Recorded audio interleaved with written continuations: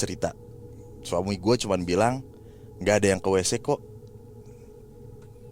Pas kamu ke WC, aku kan merhatiin kamu dari jauh.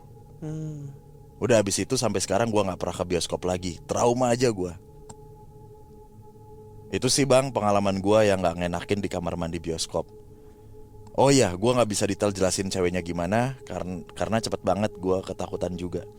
Yang pasti dia rambutnya panjang, pakai baju putih yang di lehernya ada renda-renda gitu. Senyumnya lebar banget dengan mata yang setengah melotot. Itu aja bang ceritanya, maaf ya kepanjangan. Semoga sukses terus. Amin. Wah ini kalau dibayangin serem banget ya tampilan sosok cewek yang dia lihat tuh di kamar mandi itu. Iya, tapi tanpa mengurangi rasa hormat ya ke mbak nih. Gue rasa emang gak ada yang salah sama desain kamar mandi dan settingan bioskopnya gitu. Karena memang rata-rata seperti itu kan. Ada juga kalau layoutnya iya. Layoutnya maksudnya gue iniin layoutnya gitu. Iya layoutnya mah iya. Layoutnya mah emang rata-rata Begitu kamar mandi semua, begitu kamar mandi. semua. Lo buka kamar mandi perkantoran juga begitu. Iya. Ada wastafel dan kaca gitu ya. Terus juga memang remang-remang dan trailer ya memang iya gitu. Ada gitu. Kalau bioskop, mungkin di bioskop itu dimasukin kali ya audio trailer ya. Iya bisa. Ada juga yang enggak, atau enggak ada musiknya sama sekali malah. Gitu. Cuman kalau gue jadi mbaknya, refleks gue nggak masuk lagi ke toilet. Mending gue cabut, selesai urusan. Lo masuk lagi, ada sekitar 1 menit 2 menit untuk lo nungguin dan ditampakin dari depan atau sebelah. Iya. Atau diketawain yang lebih parah gitu. Tapi dia yang nggak mau ambil risiko sih, harus ngelewatin itu sosok itu kan. Iya. Ya refleksnya begitu, tapi Iya tetap refleksnya sih, masuk lagi. tapi tetap sih refleks gue nggak akan masuk lagi. Gue ngibrit keluar gue. Kalau gue ya, gue nggak berpikir untuk ngumpet. Lo mau ngumpet di mana? Iya orang dia bisa Tembus tembok. Iya bisa nyamperin lu. Nggak usah nyamperin deh, diketawain aja dari bilik samping. Bilik ujung. Iya, males kan. Mau kemana gitu, lo mau kemana? Tiba-tiba ada di atas lo atau segala macam. Mendingan gue cabut seadanya. Iya sih, bener mendingan kabur keluar udah beres ya. Suami lo nggak usah masuk ke kamar mandi cewek kan. Iya. Paling ujung mata doang tuh agak keganggu ketika lo ngelewatin. Kecuali beringas ya. Iya. Beringas yang ngegat gitu ya. Gitu. Iya. Atau lo kalau emang berani masuk keluar, kan dia buka pintu toilet kan. Pintu toiletnya dibuka gitu kan. Berak. Nah itu yang gue bayangin dari tadi. Lagian sih mbak pakai segala ngintip kalau buka. Pas lagi ngintip kan dibilang kan mukanya pucat, tapi senyum kan. Iya. Orang pelong abis berak gimana sih? Rasanya nggak tahu dia harus sembelit lama ya. Iya. Terus yang dia cuma denger gitu doang kan. Ya Allah akhirnya ya sembelit 2 minggu. Ya kan. Ternyata itu ekspresi kebahagiaan sebenarnya. Ketawa kan juga enggak. Cuma nyengir aja kan. Senyum pucat kan. Itu kalau mbaknya lihat di tangan kanannya dia ada tai pinsan 2. Yang kiri gegem batu. Batu yang gegem tuh biasanya biar nggak keluar kan. Itu dari parkiran tuh udah dari parkiran dinahan tuh. Itu udah sarsor mulu perutnya kagak enak itu dia. Iya kan. Pucet kan. Iya, takutnya kan kolera. Kan cuman ya Allah gitu ya. Itu justru titik terlemah seseorang ataupun hantu. Walaupun ya kita nggak ngomongin hantu apa orang lah. Kalau hantu sembelit juga nggak bisa dia ngangkutin. Boro-boro gangguin elu ya. Iya, udah konsen aja dia sama hajatnya. Udah fokus aja ya. Berak. Mbak, maaf ini saya sampai lupa nutup pintu. Iya kan. Saking excited. Pertama excited, kedua kan kosong. Kosong, saya mikirnya kosong gitu. Saya penasaran juga sih, pengen lihat tampang saya pas berak tuh kayak gimana sih. Soalnya kaca kan. Iya. Aneh banget fetisnya. Biasanya kan, iya bener sih, gue setuju. Karena orang kan, lo nggak pernah ngelihat ekspresi lo berak sebenarnya. Yang mau ngerekam aja nggak ada kan? Gak ada lah. Ya Allah. Terus mau nyengir diem. Aduh, ya ampun. Ngintip. Mbaknya pas buat ngintip. Ih, anjir apaan tuh? Dia tuh juga sama-sama kaget sebenarnya. Kan dia kan pasti ngawang apa bola matanya kan ke atas gitu. Aduh, terus dilihat, duar, ada yang nutup pintu. Baru kaget. Oh iya, lupa nutup pintu gua. Wah, ada yang menyaksikan ini nih, Kelegaan. kelegaan diriku. Goblok. Segala SMS suaminya. Suaminya. Habis itu ya iyalah, mbaknya udah nggak ada. Thanksin bro. Langsung kabur itu mbaknya. Iya. Malu. Asli. Dada aja lagian. Kan langsung bau ini kan, bau sampah cumi kan habis itu. Sampah seafood. Iya, bau sampah seafood. Bau sampah sih. Bau batu. Bau sampah seafood nih. Pengen nggak kalau belum tahu nih teman-teman nih, apalagi yang di daerah Jakarta, bisa nih kalau sekarang ada jam 10 malam atau lagi dengerin jam 8 ke Keramat Jati dah. Ke Keramat Jati, kalau enggak ke Muara Kamal sono. Itu tuh. Muara Angke itu. Gitu tuh. Udah yuk, Ayo, lanjut. gas. Halo Bang Bimo dan Bang Danu, perkenalkan nama saya Dewa dari Bali. Sebelum saya memulai membagikan kisah mistis yang saya, saudara, dan pacar saya alami, saya akan menjelaskan sedikit latar belakang tentang keadaan saya dengan saudara saya. Nama saya Dewa dan kakak saya bernama Putra.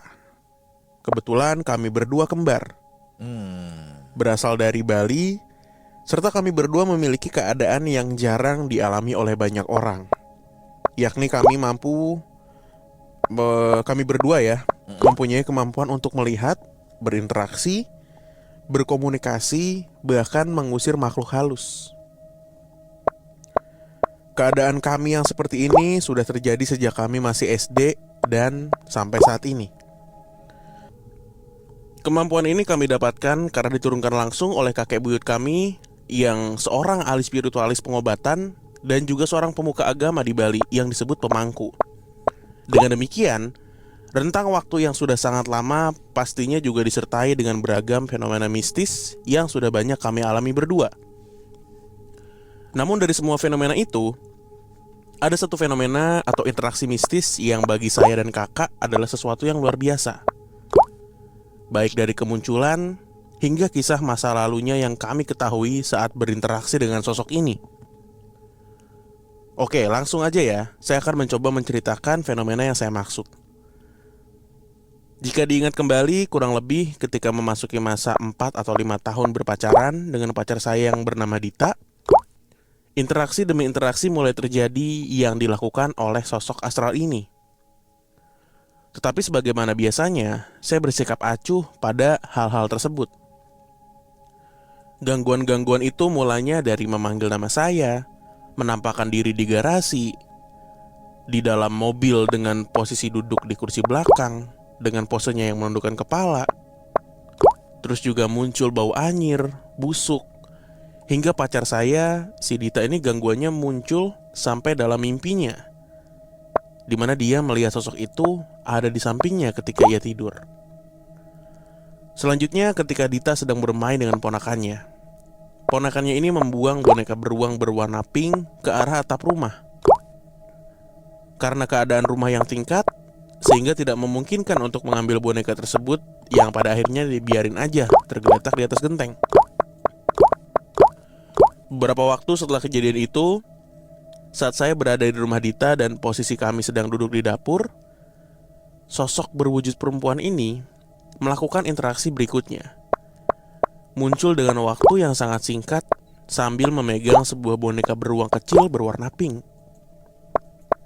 Seperti biasa, saya hanya membiarkan saja hal tersebut. Hanya heran dan bertanya-tanya, di mana sosok ini mendapatkan boneka itu. Nah, oleh karena saya belum mengetahui nih kejadian ponakannya Dita yang ngebuang boneka beruang berwarna pinknya ke atap rumah. Oke. Selesai Dita mengurus ponakannya, kami pun keluar untuk mencari makan dekat rumah.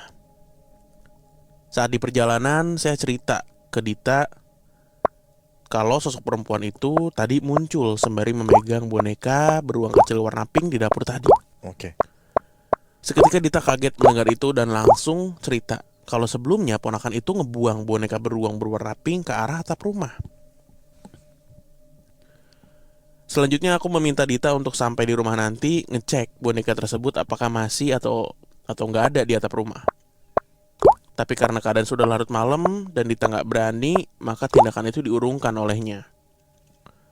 Kemudian pengecekan itu dia lakukan pada saat pagi hari dan bener aja bahwa boneka itu udah hilang dari atap rumah tanpa ada dari orang-orang di rumah yang mengambilnya. Lebih jauh dari fenomena-fenomena sebelum itu, puncak fenomena upaya interaksi yang membuat kami resah dari sosok asal perempuan ini adalah ketika Dita menemukan benda di dalam kamar mandinya, tepatnya pada paku gantungan pakaian. Benda itu adalah sebuah cincin emas. Saat Dita memakai cincin itu, ternyata pas di jarinya. Namun saat menemukan cincin ini, Dita sudah mencoba bertanya pada semua orang di rumah serta tukang yang beberapa waktu lalu mengerjakan renovasi rumahnya. Iya. Tapi nggak ada satupun yang merasa memiliki cincin itu. Terlebih lagi, lokasi penemuan cincin ini di kamar mandi dalam, di mana kamar mandi ini hanya Dita aja yang biasa menggunakannya. Selang 3 bulan kemudian, Dita dan saya pergi keluar. Di saat itulah Dita baru berani bercerita kalau dia menemukan cincin emas lagi di lokasi yang sama persis dengan penemuan cincin sebelumnya. Iya. Seketika saya merasa sesuatu yang janggal akan hal ini. Selesai kami keluar, kami langsung balik menuju ke rumah saya. Sampainya di rumah, saya langsung mencari kakak saya, si Putra, di kamarnya. Dan saya langsung menunjukkan 2 cincin emas yang ditemukan Dita. Namun belum sempat cincin-cincin tersebut dipegang Putra, dia sudah merasakan energi yang penuh dengan kesedihan, amarah, dan dendam dari salah satu cincin tersebut, yakni di cincin yang kedua ditemukan. Bahkan orang tua saya yang gak terlalu peka dengan hal-hal gaib, ketika memakai cincin kedua tersebut, langsung bisa merasakan hal yang sama, yakni kesedihan, kebencian, dan merasa sangat panas ketika memakai cincin itu. Oleh karena hal ini, saya dan Putra akhirnya mencoba untuk melakukan interaksi dan komunikasi dengan sosok pemilik 2 cincin emas tersebut. Dan ternyata yang datang adalah sosok perempuan yang sama dengan sosok yang selama ini mencoba berinteraksi dengan saya yang berada di rumah Dita. Selanjutnya saya dan Putra masing-masing saling berkomunikasi batin dengan sosok yang berwujud perempuan itu untuk mengetahui apa maksud dari tindakan yang selama ini dia lakukan pada saya dan Dita, serta apa hubungan dengan cincin-cincin itu. Hal yang saya dan Putra temukan dari sosok ini mulai penampakan wujud yang menggunakan gaun pengantin. Yang digunakannya itu sama dengan apa yang dari masing-masing saya dan Putra lihat.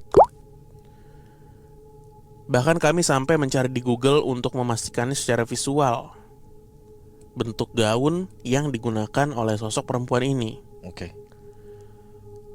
Lebih jauh kami mencoba untuk melakukan komunikasi batin dengan sosok ini lagi. Saat sampai di mana ada sebuah momen kami berdua nanya nama dari sosok ini. Ketika Putra akan menyebutkan nama dari sosok perempuan itu, Dita dengan refleks langsung memotong dan mengatakan nama dari perempuan itu dengan benar. Padahal Dita yang kondisinya gak terlalu peka dengan hal gaib, tapi saat momen interaksi itu, Dita bisa menyebut nama sosok ini dengan benar dan persis dengan nama yang Putra dapatkan dari sosok perempuan tersebut. Dita beralasan karena dia mendengar bisikan yang menyebutkan nama itu. Saya singkat saja, nama dari sosok perempuan ini adalah EL, bermarga Batak, yang artinya sosok ini bukan berasal dari Bali. Kemudian seketika hawa atau suasana saat berinteraksi saat itu, yang saya dan Putra rasakan adalah panas dan dipenuhi dengan aura kesedihan yang sangat luar biasa. Padahal di ruangan keluarga kami itu, di ruangan TV itu pakai AC. Lebih dalam, sosok EL ini mengatakan bahwa ia sebenarnya bukan dari daerah Bali atau dari sekitar lingkungan rumah Dita, melainkan ia terseret oleh suatu portal dimensi gaib dari daerah asalnya di daerah M dan terlempar secara gaib hingga bisa terdampar di Bali. Tepatnya di lingkungan rumah Dita, yang dimana di sekitar rumah Dita tuh dikelilingi oleh tanah kosong dan juga sungai besar, sehingga memungkinkan untuk munculnya portal dimensi gaib. Lalu saya dan Putra bertanya maksud dan tujuan dari dia memunculkan cincin-cincin tersebut secara nyata di hadapan Dita. Nah, ternyata hal ini terjadi karena EL merasa ada kesamaan karakter dengan Dita secara emosional. Maka dia ingin menunjukkan keberadaannya serta berkomunikasi dan supaya Dita juga sadar akan keberadaan dari si EL ini. Makanya dia nunjukin cincin-cincin itu. EL menceritakan bahwa cincin pertama yang muncul itu adalah cincin pemberian orang tuanya. Dan cincin kedua adalah cincin pernikahannya. Di mana pada cincin pernikahannya itu terdapat ukiran angka tahunnya. Hanya saja nggak begitu jelas, karena fisik cincinnya yang sudah kusam. Kalau Bang Bimo dan Bang Danu mau ngeliat bentuk fisik cincinnya, bisa saya kirimkan fotonya lewat DM ke Instagram PMK. Atau bisa DM saya aja langsung ke Instagram. Wah, habis ini gue DM deh. Boleh. Akhirnya EL mulai menceritakan dengan lebih jelas mengapa pada akhirnya dia berakhir dengan keadaan seperti ini, dengan kondisi menangis. Singkat cerita, EL sesungguhnya ketika masa hidupnya mengalami hal yang sangat pilu, di mana momen spesial dan sakral dalam hidupnya yaitu menikah itu hancur. Hal ini karena ketika di hari pernikahannya tiba, mempelai laki-laki yang merupakan calon suaminya itu nggak kunjung datang ke acara pernikahan mereka. Kenapa mempelai laki-laki ini nggak datang? Karena dia kabur bersama wanita lain. Nah, hal ini membuat EL merasa dipermainkan perasaan dan dikhianati. Karena hal itu, akhirnya dia memilih jalan untuk mengakhiri hidupnya dengan menggantung diri di sebuah hutan. Nah, pada waktu itu dia masih menggunakan gaun pengantin dan cincin pernikahannya pun masih dia kenakan.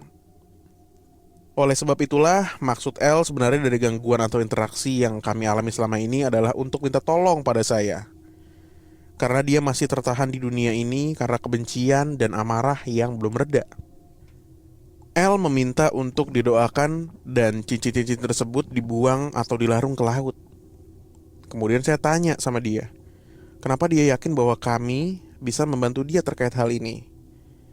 Kemudian El mengatakan karena dia tahu kalau saya dan Putra tuh bisa komunikasi dengan makhluk-makhluk astral seperti dia, sehingga ada jalan untuk membantunya. Pada akhirnya saya dan Putra mencoba untuk membantu mendoakan El sesuai dengan kapasitas yang kami miliki. Saat itu juga kami merasakan energi atau hawa yang tenang dan sejuk. Padahal sebelumnya yang seperti yang saya katakan, hawanya itu sangat panas. Selain itu, setelah kami doakan si El ini, satu ketika dia datang lagi untuk mengucapkan terima kasih, disertai aroma yang sangat-sangat harum dan wangi, hingga tercium oleh orang tua dan adik saya yang saat itu berada di rumah juga. Dan untuk cincinnya kami masih simpan karena masih mencari hari baik atau momen yang tepat untuk melarung cincin itu ke laut. Sekian cerita dari saya, mohon maaf kalau ceritanya agak berantakan. Juga untuk Bang Bimo, Bang Danu, terima kasih udah membacakan cerita ini. Semoga PMK makin sukses dan makin banyak yang ngiklan. Amin. Amin, amin ya Tuhan. Suksma, terima kasih. Waduh. Berat ya bro. Aku mau DM dulu ya. Bentar ya guys. Cincinnya nih ya. Cincin tua ini. Penasaran gue. Dia dari daerah mana ya? Daerah M. Terus terlempar karena portal gaib Tuh siapa sih yang jagain portal tuh? Subana, siapa lagi? Subana lagi. Lu nyari Komang Diana tadi ya? Komang dia. Kemarin ding gue itu mah. Lu Langsung aja deh ke videonya. Kas. Ini nih, gue lagi DM nih. Yuk silakan lanjut. Lanjutnya apa? Apa ya lu ngomong ini bro, dikirimin bro. Oh iya itu. udah di DM berarti. Iya. Ih, kalau tiba-tiba muncul di kamar mandi mah aneh banget ya. Aneh sebenarnya. Halo beli. Wah, gokil beli. Itu terus gimana ya? Gue kepikiran Nanti si cincinnya itu apakah disimpan apa gimana ya? Buat kedepannya gitu maksudnya. mau dilarung kan katanya. Iya. Nunggu hari baik. Nunggu hari baik. Enggak maksudnya kalau gua. Oh kalau lu Kalau gua kepikiran toko emas. mendingan jual sih. Iya. Duitnya jangan dipakai tinggal di Pancoran Jakarta Selatan. Gue sendiri sebenarnya bukan anak indigo ataupun punya kemampuan untuk melihat. Namun entah kenapa semenjak SMP kalau gue udah terlalu lelah akan sangat mudah untuk merasakan hal-hal aneh di sekitar gue. Kejadian ini gue alami mungkin udah sekitar 8-10 tahun yang lalu. Pada suatu hari dikarenakan pekerjaan yang menumpuk di kantor mengharuskan gue bekerja lembur sampai lewat larut malam. Nah, peraturan kantor gua mewajibkan anak-anak yang lembur hingga lewat larut malam diantar oleh supir kantor. Akhirnya malam itu gua diantar supir kantor gua untuk pulang ke rumah. Gua keluar kantor udah lewat jam 1. Setibanya di mobil gua langsung ketiduran hingga sampai ke rumah sekitar jam 2 karena harus mengantar beberapa teman kantor lain ke rumah mereka yang searah ke daerah rumah gue. Karena sudah lewat tengah malam, maka supir kantor hanya bisa mengantar sampai portal di ujung jalan rumah gue. Portal ini memang selalu dikunci dan tidak dijaga jika sudah lewat jam 12 malam. Daerah rumah gue sebenarnya merupakan perumahan biasa, di mana ini bukan perumahan atau komplek perumahan negara atau high-end residensi lah gitu. Setelah turun dari mobil dan berterima kasih kepada Pak Supir, akhirnya gue melompati lah itu portal jalan. Kondisi tubuh gue saat itu udah sedikit tersadar karena usaha melompati portal. Namun memang masih ngantuk. Jarak dari portal sampai ke rumah gue gak terlalu jauh. Gak sampai 10 meter. Dan melewati rumah-rumah tetangga lain. Setelah lompat portal, gue pun berjalan sambil nguncak-nguncak mata agar dapat melihat jalanan dengan jelas. Karena penerangan lampu jalan baru ada setelah setengah melewati 2 rumah pertama setelah portal. Oke. Di tengah langkah pulang ke arah rumah tersebut, gue sayup-sayup dengar suara langkah dari arah berlawanan mengarah ke arah portal. Langkah sendal kayu, seperti suara bakyak atau sendal Jepang gitu deh. Di tengah keheningan malam. Dari jauh gue lihat seorang perempuan dengan daster berambut panjang sebetis. Pembantu tetangga nih, pikir gue sambil terus jalan pelan. Dan wanita itu pun terus berjalan ke arah gue. Namun sekitar jarak 7 meter karena sudah ada penerangan jalan, perlahan gue sudah bisa melihat wajah wanita yang berjalan sambil berharap mengenali pembantu tetangga itu, bersiap untuk menyapa. Dari jarak jauh tersebut, gue tidak dapat mengenali wajah wanita tersebut. Dan perlahan gue pun tersadar ada yang tidak beres dengan wanita tersebut. Wajahnya sangat putih dan matanya merah sambil menatap melotot lurus dengan tatapan nanar ke arah gue. Karena gue langsung sadar dan kaget, namun juga panik. Karena gue yakin tidak ada jalan lain untuk kabur ataupun untuk balik mundur ke arah portal. Akhirnya gue putusin untuk mempercepat langkah sambil menunduk. Dan aura sekitar gue pun saat itu langsung berubah. Bulu kuduk gue langsung berdiri. Mau nangis rasanya gue. Dan gue pun sekarang kalau masih kebayang mukanya masih gak kuat. Karena takut. Di saat jarak kita sudah semakin saling mendekat sekitar 2 meteran, suara hentakan sendalnya pun semakin kencang seakan dikentak gitu. Dan saat hampir berpapasan samping-sampingan, ujung mata gue seakan ingin mengecek jarak antara kita yang tanpa sengaja gue menatap mata dengan dia. Dan di saat tepat berada di samping gue, dia ngomong, "Baru pulang, Mas." Suara itu seakan dia berbisik di telinga kanan gue. Dan gue pun tidak menanggapi. Langsung gue menunduk sambil mempercepat langkah. Karena dengkul gue lemes dan gemeter. Gue mempercepat langkah dan berusaha menyanyikan lagu gereja apapun yang terlintas di otak. Namun anehnya, setelah kami papasan dan bisikan si mbak itu, suara sendal tersebut sudah tidak terdengar sama sekali. Sedangkan kalau jarak hingga ke portal masih agak jauh, dan kalaupun dia masuk ke rumah akan ada suara masuk gerbang. Secepatnya gue tiba di rumah dan langsung saya ngumpet di balik selimut sambil berdoa hingga ketiduran sampai besok pagi. Gue menceritakan hal tersebut ke salah satu teman, di mana ini adalah tetangga, keesokan pagi saat hendak berangkat kantor. Tetangga gue tersebut cuma senyum-senyum aja sambil terus nyuci motornya sambil bilang, dia lagi iseng aja kali. Tapi udah bener kok cara lo untuk terus jalan. Jangan pernah noleh ya kalau lihat kayak begituan lagi di lain waktu. Atau kasih perhatian atau penasaran. Kalau malam itu lo balik badan atau kepala, dia pasti udah nunggu di belakang lo. Dan lo gak akan tahu bentuknya dia kayak gimana. Dan bisa lebih dalam tanda kutip berantakan lagi. Pasti takut sih lo. Sekian pengalaman gue ya, Bimo Danu. Sejujurnya gue gak mau memutuskan itu hantu apa. Apakah kuntilanak atau jelmaan lain, karena gue takut ngebayanginnya lagi. Akhirnya gue bisa cerita kedua kali tentang kisah ini. Dulu banget gue pernah membuat meme tweet lah tentang ini, tapi gak selengkap ini.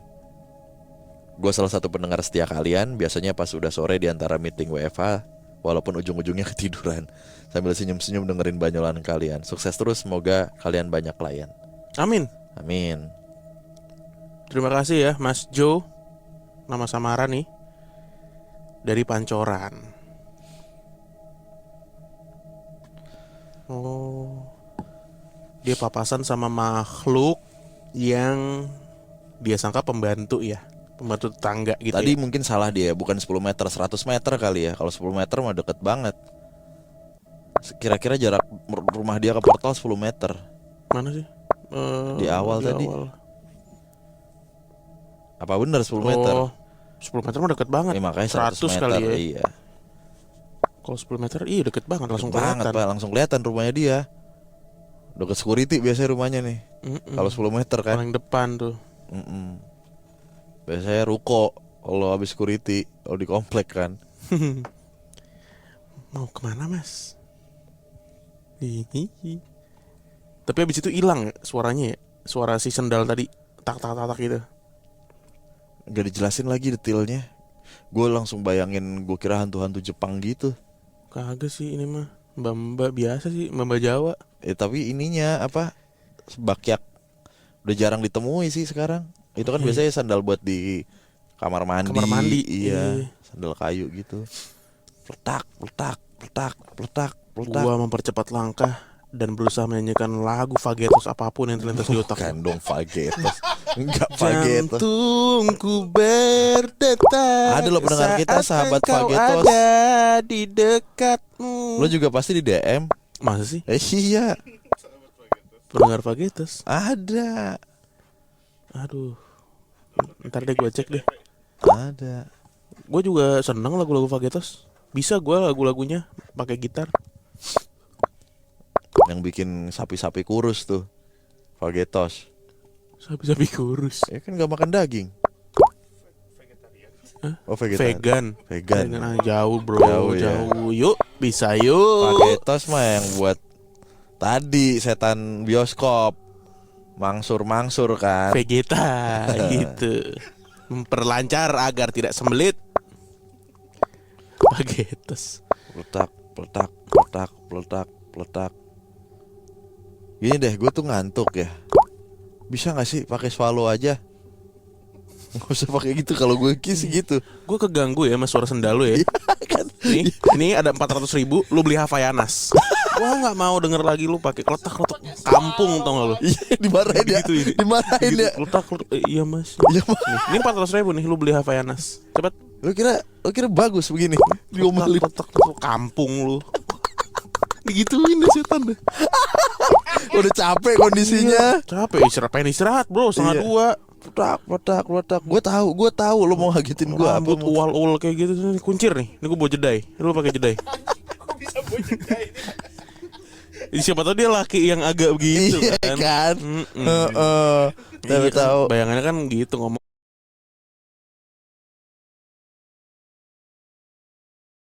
ngomongnya.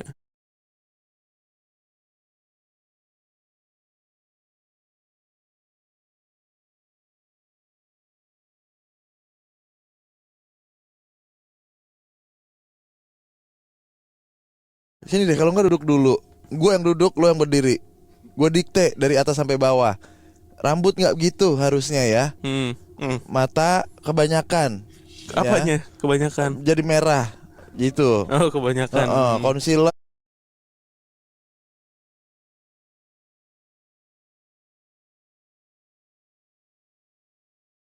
Udah cukup. Nggak yang nomor 24, nggak yang nomor 4 itu kalau lo mau pakai makeover. Terlalu terang warnanya, paham? Udah. Iya Mbak. Iya Mas. Udah nangis. Gunawan di Iya, Iya kan? kayak Ivan Gunawan di Mamma Mia bener. Udah nangis aja tuh. Nangis. Gua gak jadi lo jadi setan gue. Gua nggak mau jadi setan kalau begini. Taunya Taunya wardrobe pantas tengah malam lo pulang nunggu syutingan kelar. Orang wardrobe Taunya katanya. orang dianterin kan sama supir TV. Iya, orang wardrobe trigger ngeliat setan tampilannya gitu. Iya. Letak-letok norak lu. Kampung.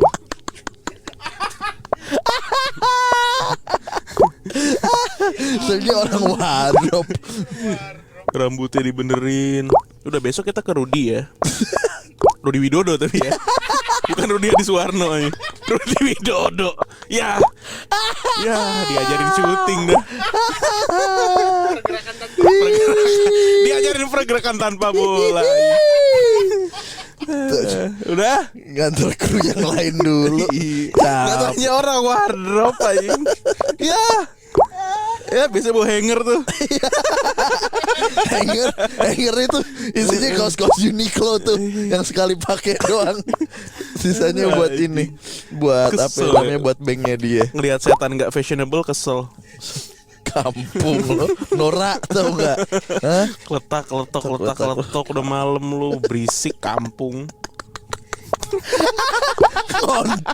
Ngondek aja kalau wardrobe. Dadah.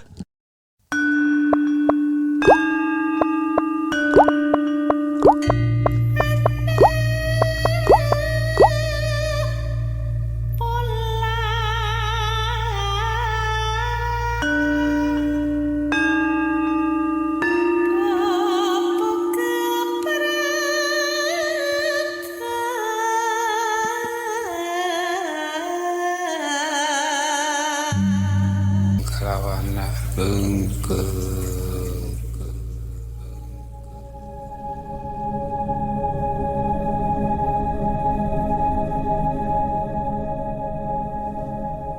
Assalamualaikum warahmatullahi wabarakatuh.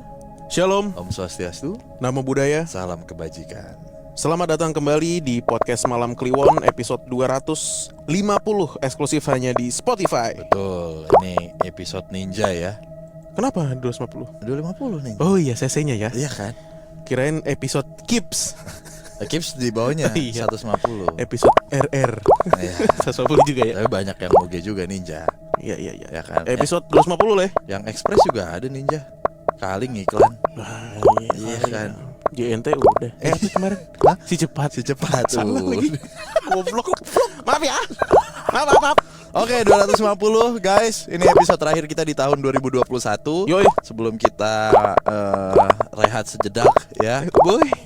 Rehat sejedak. Iya, ya kan liburan lah bersama keluarga. Iyalah, bener. Gitu. Nanti kita balik lagi Januari kok.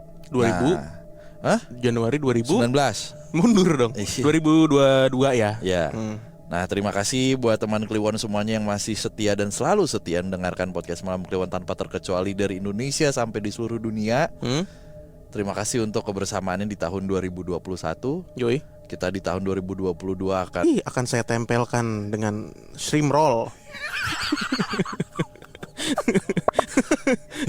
kalian Iya. tiba-tiba mengunyah otak-otak Singapura. Otak Singapura dan sotong goreng. Tidak lupa sosis brasus. Sosis Bratwurst dan juga sosis Solo. Iya. Pokoknya banyak lah. Terima kasih teman Kliwon yang kemarin udah ikut mini soccer juga. Ada Yoi. Galan dari Lampung. Respect. ada teman-teman semuanya ya. Dan yang paling gue respect adalah gue itu parkir di belakang mobil hitam Dove sedan berplat RFP. Gue kira yang punya nih, yang punya tempat apa mini Lapangan soccernya. futsal, lapangan bolanya. Taunya teman Kliwon. Gue respect. Gue lupa namanya siapa, cuman kan kita ada backingan nih sekarang nih. Ya ngap, tolonglah ngap. Kalau kita ngapa-ngapa ngap ya. Ya, jadi kita dedikasikan lah di episode 250 ini untuk teman Kliwon. Terima kasih dan terima kasih. Salah satunya terima kasih untuk ucapan dan doa. Tolong dari potong ya itu ya. Gimana itu ya? Sensornya lah. Iya, disensor Sensor aja, sensor aja. Iya, sensor ya. Udah kulit tahu. Ih, itu kemana-mana. Itu kemana-mana Pempek itu. lenjer. Oke, Iya. udah ya. Udah dong. Di malam hari ini episode 250 kita nggak cuma berdua. Iya. Nanti akan ada satu orang kakak kita ya. Iya. Akan cerita bareng di malam hari ini. Betul. Tapi sebelum itu kita bacain dulu cerita dari teman Kliwon. Oke. Nah, kita juga mau spill dikit. Nanti ceritanya akan menarik banget nih. Kenapa begitu, bro? Cerita dari Korea, cerita horor dari Korea, bro. Siapa tahu jadi traffic. Iya ya. Iya kan? Katanya dari sebuah pulau terkenal tuh. Bener. Wisatanya begitu ya. Oke, yang pertama saya akan bacakan cerita dari teman Kliwon yang stay di Sydney. Wah. Tapi dia menceritakan, jadi lucu banget. Dia dan kadang ibunya juga mendengarkan podcast Malam Kliwon di Sydney. Buat apa ya? Lagu Jamrut berarti nih. Aku di Sydney. Kau ada di sana. Ya udah lanjut. Ya. yuk. Dia bernama Sherlina. Jadi dia senang banget dengerin PMK itu ketika sambil kerja atau di jalan kadang gitu kan. Oke, langsung aja cerita ya. Halo Kak Bimo, sorry baru sempat sharing cerita. Saya mau cerita pengalaman mama saya yang memang punya sixth sense. Oke. Jadi sekitar beberapa tahun lalu mama saya beserta teman-temannya pergi ke rumah yang baru ditinggali di salah satu temannya. Ini rumah temannya berarti ya. Di situ mama saya merasakan ada sekilas orang lewat di dapur, tapi dihiraukan oleh mama saya. Setelah 2-3 hari kemudian, mama saya merasakan tidak enak badan, lalu sakit di bagian tengah perut setiap sore hampir 3 hari. Lalu tiba-tiba di pagi hari ketika mama saya mau sarapan dan duduk di kursi ruang makan, mama saya kesurupan. Beliau menangis terus dan saya tanya kenapa dan ini siapa. Dan mama saya yang sedang kesurupan tersebut menjawab kalau itu adalah sesosok wanita yang ikut mama saya dari rumah baru tersebut.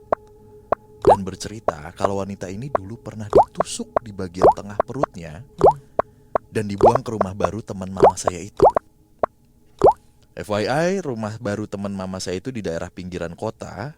Saya lupa tepatnya di mana dan sebelum jadi perumahan itu adalah perkebunan. Itu sebabnya mama saya sebelumnya merasakan sakit di bagian tengah perut. Dan akhirnya mama saya menceritakan kejadiannya ke temannya yang mempunyai rumah baru tersebut. Dan benar saja, cucunya teman mama saya yang baru berusia 1 tahun, semenjak pindah di rumah baru tersebut, hampir tiap hari nangis dan selalu nunjuk-nunjuk ke arah dapur. Mama saya sarankan kalau untuk diadakan pembacaan doa atau blessing menurut kepercayaan kami. Akhirnya teman mama saya itu mengadakan pembacaan doa dan blessing di rumah barunya tersebut. Sorry Kak Bimo Kak Danu, ceritanya kepanjangan dan berantakan. Sebenarnya masih banyak pengalaman yang dialami mama saya. Lain waktu akan saya ceritakan ya. Thank you and God bless you. Amin. Ini berarti nyokapnya ya, yang Nyokapnya. punya sixth sense. Tapi gue baru kali ini, kenapa gue ingin menceritakan gitu ya. Karena selama kita punya cerita tentang kesurupan, jarang ada yang spesifik gitu. Sakitnya di mana? Oh iya benar. Lo kesurupan aja gitu. Iya. Kebanyakan sih lo kesurupan terus lo jadi mediator berarti kan untuk misalnya ada orang pintar nanya ya tolong doain saya. Saya ini korban kecelakaan di mana, korban pembunuhan di mana. Tapi nggak ada yang begini gitu. Iya. Ya Sakitnya benar di perut katanya ya. Sakitnya di perut banget karena ditusuk dulu dan dibuang ke rumah tersebut. Berarti ini sebenarnya nggak ada orang pinternya ya? Dia tadi gimana sembuhnya? Sorry. Sembuhnya ya sembuh sendiri sih berarti ini. Oh nyokapnya kayak Nyokapnya langsung netralin sendiri sendiri. Wah, gitu. anjir. Ya kan emang punya sixth sense gitu. Mungkin Iya sih. kayak saat itu Di dalam ini kali ya, ngusir kali ya. bisa. Autopilot gitu modelnya. Iya, benar sih.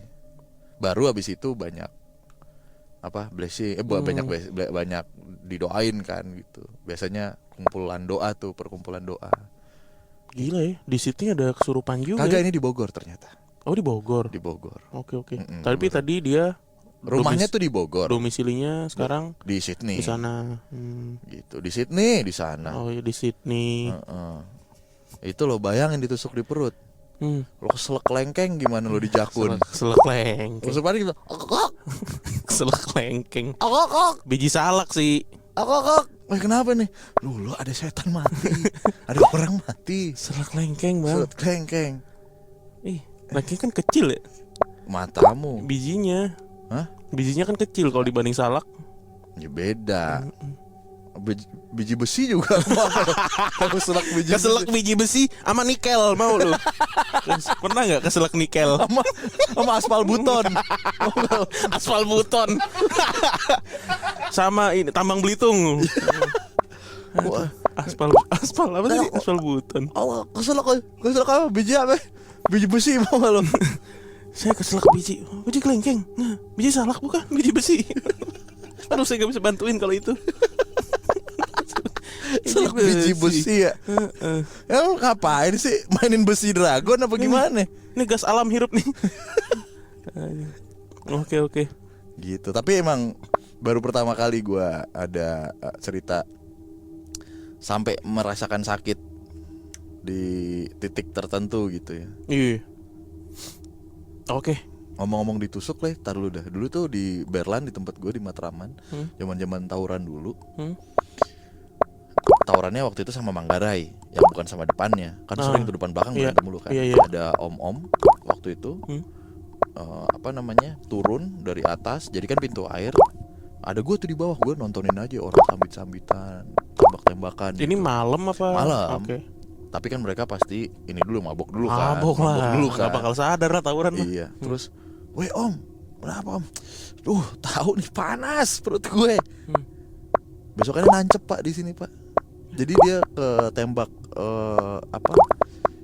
tombak tapi yang tembak gitu loh. Oh. Kayak spear Kayak fishing crossbow. gitu. Iya kayak crossbow Kayak gitu. Nancep pak.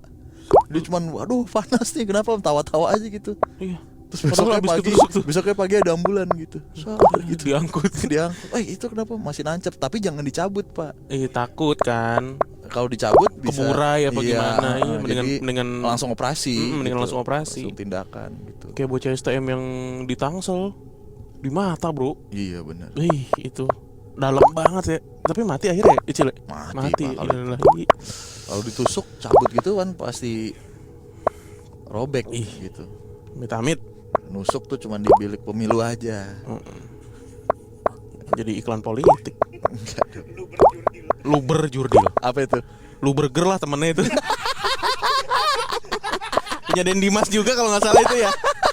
Enak banget jalan-jalan ke Swiss lu. Kayak punya duit aja. Punya ya banyak ya. Temennya Luberger.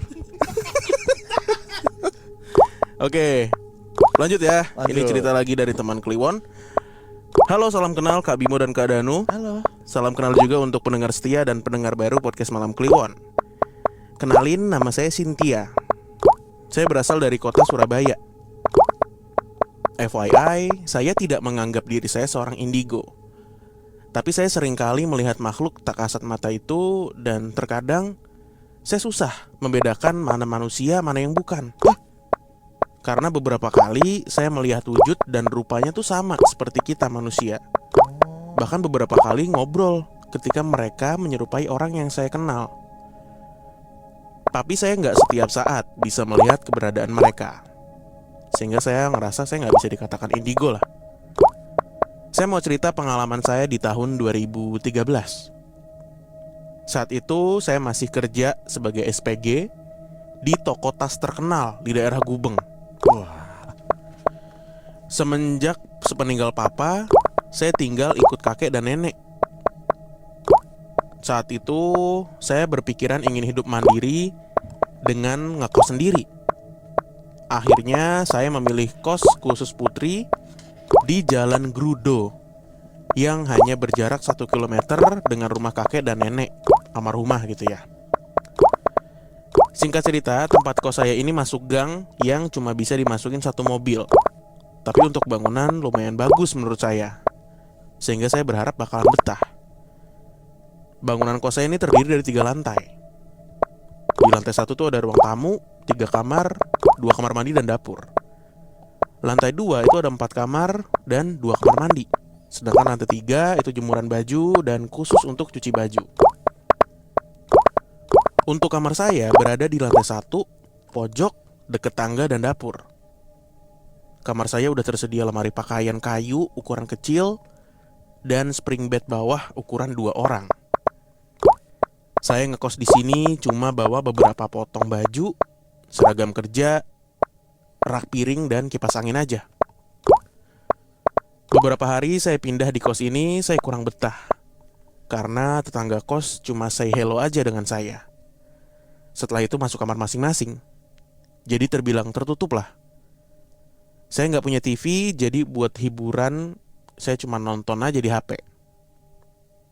Saat asik nonton TV, saya pegel ngadep kanan saat berbaring. Saya membujur lurus sambil megang HP. Dan ekor mata saya tuh sempat ngeliat ada cewek memakai baju tidur bertali 1, berbahan halus seperti sutra gitu. Ini sekilas ya. Terus dress tidur berwarna putih selutut, rambutnya tuh tergerai panjang dan ngelewatin kamar saya. Dalam hati saya nih, si Mbak tadi kayaknya cantik ya, mungkin mau ke toilet gitu. Setelah beberapa saat pegel, akhirnya pindah nih ngadep ke sisi kiri. Dan pas noleh pintu, lah, kenapa pintu kamar saya posisinya nutup? Oh, sejenak saya ingat-ingat lagi, emang dari awal ternyata tuh saya nutup pintu. Terus kenapa tadi saya bisa lihat ada orang lewat gitu? Pikiran saya udah gak bisa jernih tuh. Oke, saya anggap ini awal perkenalan saya pindah kos. Akhirnya saya paksa merem tuh sambil menanti supaya cepat pagi. Sebulan saya ngekos, gak terjadi apa-apa lagi semenjak kejadian itu. Aman deh. Bulan kedua saya ngekos, saya jarang nempatin karena sering kangen dan pulang ke rumah kakek nenek. Saat sepulang dari shift siang, saya balik ke kos jam 10 malam. Saya hendak mandi. Saya ngambil gayung di kamar yang isinya peralatan mandi. Saya kaget. Sabun mandi batang saya itu ada bekas gigitan, tapi segede gigi manusia. Waduh. Tapi saya pikir, wah ini ada tikus masuk kamar nih. Iya. Dia gigit banyak sampai hampir separuh habis sabunnya. Saya sangat takut sama tikus. Akhirnya saya angkat tuh spring bed buat ngecek tikusnya ada atau enggak. Saya cari di balik lemari, rak piring, nggak ada apa-apa. Dan celah pintu itu sedikit dan saya rasa nggak mungkin tikus tuh bisa masuk gitu. Kejadian ini saya alami sebulan bisa 4 kali setelah saya ganti sabun berkali-kali. Dan setiap saya habis nginep di rumah kakek nenek, sabun itu selalu dalam kondisi tergigit. Aneh juga nih. Iya. Saya abaikan tuh masalah sabun itu. Hingga tiba awal bulan ketiga, saya bayar kos untuk kelanjutannya. Saya masih ngerasa baik-baik aja waktu itu. Dan suatu malam, saya bangun sejenak sedikit sadar dari tidur. Seperti biasa, sambil ngecek HP, ngeliat notifikasi. Dengan kondisi mata masih ngantuk. Saya lihat ke arah atas jendela kecil di kamar yang ditutupin kasa nyamuk. Saya kaget setengah mati. Ada kepala wanita berambut panjang dengan wajah hancur penuh darah. Nah, giginya nih berantakan, matanya nih menjuntai sebelah. Lidahnya menjulur, menatap saya yang tiduran di bawahnya. Saya langsung pingsan waktu itu. Besoknya saya bangun jam 11 siang dan kebetulan saya sedang off kerja. Bangun tidur sambil mikir, akhirnya saya putuskan untuk keluar dari kos hari itu juga. Saya langsung telepon bapak pemilik kos bahwa saya terakhir nih hari ini. Bapak kos bilang, "Lah baru 10 hari yang lalu mbak bayar kos, kok sekarang udah mau keluar? Apa nggak sayang?" Saya jawab, "Iya pak, nggak apa-apa. Saya nggak minta uang kos saya balik, karena kakek nenek itu kangen terus sama saya." "Oh ya udah kalau begitu